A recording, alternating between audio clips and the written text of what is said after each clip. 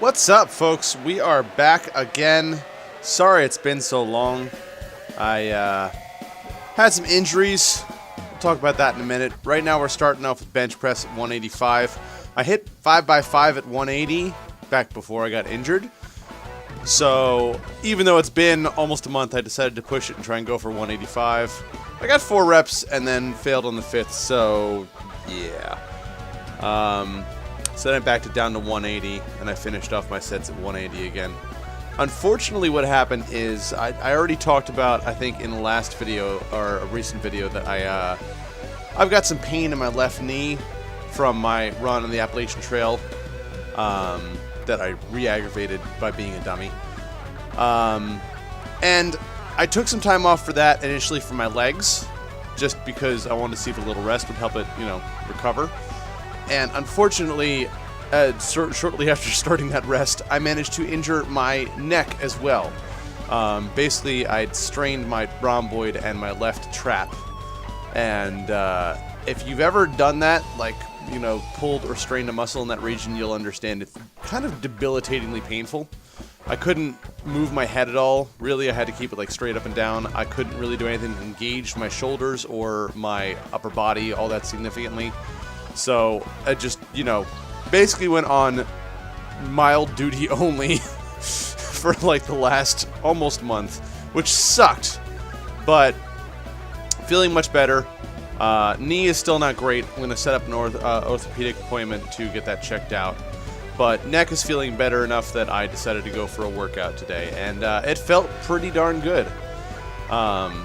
Like I said, start with the bench press. I did 185 for 4 reps, then I bumped down to 180 for the rest, and I got a mixture of 5s and 4s and 3s.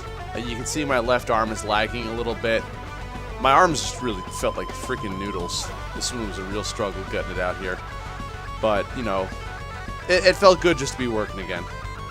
So, got 5 sets of the bench press in. I miss squats.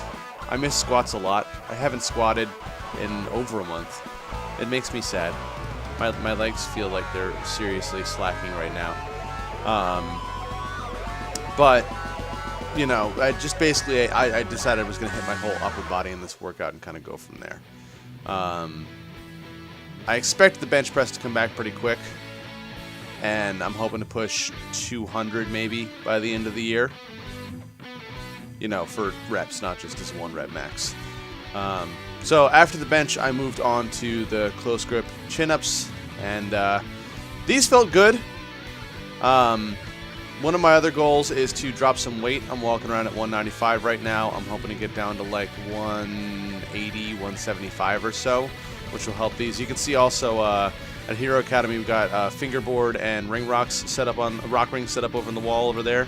Slowly starting to turn it into the all-around gym that I want it to be. I did forget a chin-up set. Don't worry, I actually got 3 sets in here. You're only going to see 2, but I forgot to record one. But yeah, also got regular gymnastics rings that we're going to put in, I think today. I'm going to put those in at Hero Academy. So from the pull-ups, I just moved on to my incline bench press. I have to say, a little while ago, my friend Steve, who appears here on the channel sometimes, recommended adding incline press to my routine just because I was looking to build my chest a bit more aesthetically speaking. And I have definitely noticed the difference, even only having added them in for 2 months now. Both, looking at myself, my appearance definitely filled out my pecs a bit, but also just in general soreness and fatigue. After, I started adding the incline press to my workouts, I'm very tricep dominant. So my triceps tend to take over a lot in pushing motions that I do. I don't engage my pecs as much as I should. So after a set of, flat bench sessions, my pecs might feel a little sore, but more often than not, I just felt it on my triceps. So the incline I have found really hits the pecs a lot harder, at least as far as how it feels afterwards. And I realized that it might not be optimal for, just straight strength goals, but since it's partially aesthetic goals that I'm shooting for as well, adding the incline bench definitely, I think, helps. So I would say if you're looking to build your chest up, incline bench 100%, recommend it without a doubt. I think I'm doing 105 here for 3 sets of 8. I wasn't really sure where I was at with this, and 105, honestly, on the last set, you can see I was kind of gutting it out a little bit. Felt pretty good. I'm going to get that up to 12 reps per set, and then bump the weight up. A little tuckered out after that one. After that, we moved on to one-arm rows. This is 69 pounds. I missed deadlifts, too, more than I missed squats. I might even try deadlifts, see how they feel on the knees. The squats, honestly, didn't even bother my knees all that much until my left knee started getting, twingy. And, I was just playing it safe by cutting them out. But I really do want to visit somebody and get it checked out since, taking off almost a whole month of rest hasn't really helped. Still get pain in the knee when I'm walking uphill or, walking upstairs, or after extended usage in general, just walking a lot or running or whatever. So I'm going to have to go get that checked out, unfortunately. So because I can't do deadlifts, I have to hit my back in other ways. The one-armed rows and the chin-ups are, standard for me, but I might be adding some other stuff in too, depending on how long my knee is out of commission and what the doctor says for that. I'm really, really hoping it's something minor and the doctor's just like, oh, do, some physical therapy exercises and you're good to go kind of a thing. But we will see. I don't know. My shoulder looks awesome in these shots. Next workout is going to be a shoulder dominant workout, so we'll be hitting that again as well. I have started training people also at Hero Academy Fitness. I've got my first couple of training clients. Mostly people I already knew. Karate parents, karate adult students, my dad. But it's cool to actually be training people in real life. I was a little nervous about it at first, but it just feels right. It feels good. And I like coming up with creative solutions to help people with certain problems. So, that's something I definitely get to do a lot, especially working with people who have, pre-existing injuries or conditions or what have you. So, from the rows, we have moved on to something new. My neck, even before this injury, has always kind of been a weak point for me. I will get to the end of some judo workouts and end up, feeling like I got a stiff neck afterwards and stuff like that, and waking up the next day super sore. So I've decided that I'm going to start training my neck more significantly, as well as my traps, in order to prevent injuries like what I had happen before happen to me again. But turns out training your neck is kind of a weird thing to do in terms of figuring out how to do it. Some people advocate resting plates on your head, and these are neck extensions. Some people advocate resting plates on your head and doing neck extensions. Some people advocate just doing like tons of body weight neck raise reps and stuff like that.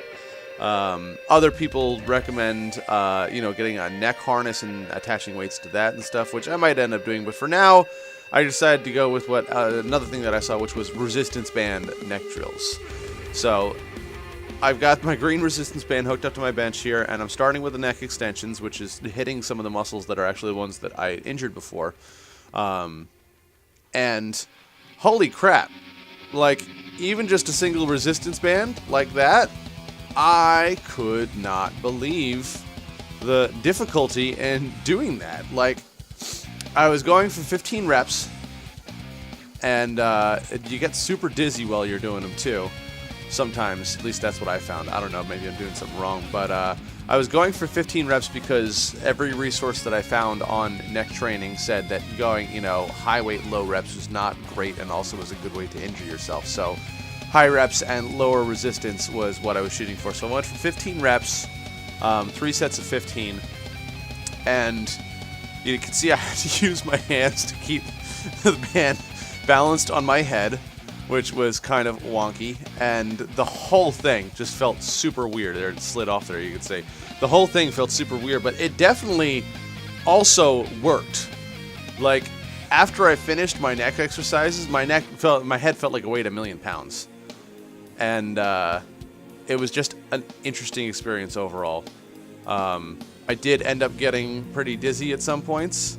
I did end up, on the curls actually, I almost felt kind of like nauseous, almost like a motion sickness kind of thing.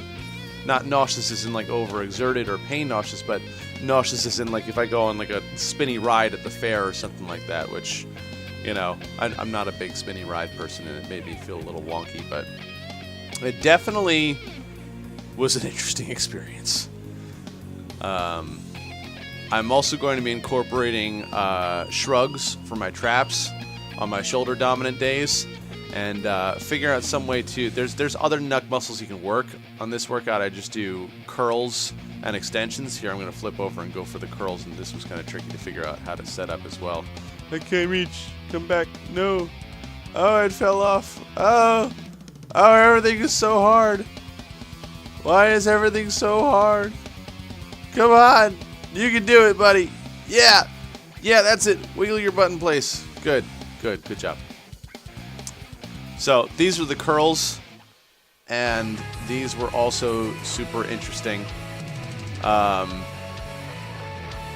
These were the ones that end up making me feel almost kind of like motion sick, like nauseous kind of a thing. But I mean, it definitely felt like it was working too. Like I felt serious fatigue in my neck. And I wonder also as I'm watching this if I'm curling my shoulders up too much. I feel like I might be. I don't know. I might go look at a few more videos. I've never trained neck before, so this was a new thing for me. I was just kind of trying to create it. First actually, I tried tying the resistance band around the rack itself, and I found that the angle I was hitting at wasn't great, and here I almost fell down, and yeah, go me. But, so I'm sitting here, and I was wondering at the time how silly I looked, and now that I'm seeing on camera, I definitely look very silly. But I do wonder if I'm curling my shoulders up too much. So if you know anything about neck training and have any experience, let me know if I'm doing anything wrong here, or if you know of any better way to do this. I'm going to continue my research and check out other options, but this felt pretty good. I mean, as far as how I felt afterwards and how fatigued it made my neck feel, definitely felt pretty good. So, looking forward to those neck gains. Actually, having a broad neck, aesthetically speaking, like, looks pretty badass. And it's one of the things that you don't notice intrinsically. Like, you don't look at somebody who's in really good shape and say, wow, that guy's got a big neck, typically. However, it gives a great impression of largeness in a person in general. If they have a, beefy neck and large traps, it just makes a person look kind of broader and bigger overall. It's like having broad shoulders or a broad core. Adding the neck and traps to that definitely makes you look like bigger on the whole, and gives more of a subconscious impression of power. So looking forward to those neck gains as well, but primarily just looking to insulate against injury and also help with mat work and bridging and stuff in judo. So that was it for this workout.